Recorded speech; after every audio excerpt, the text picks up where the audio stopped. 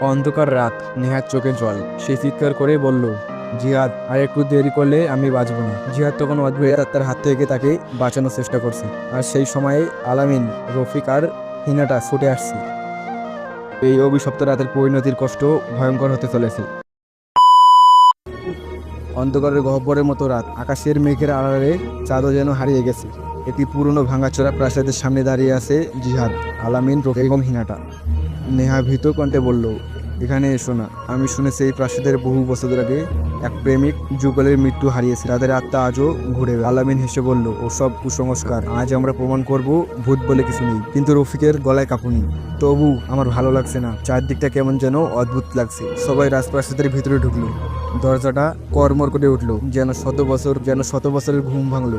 ভেতরে ঢুকে তারা দেখলো ধুলায় ভরা একটা বিরাট হল ঘর। দেয়ালে পুরোনো ছবিগুলো যেন তাদের দিকে তাকিয়ে আছে। দেয়ালের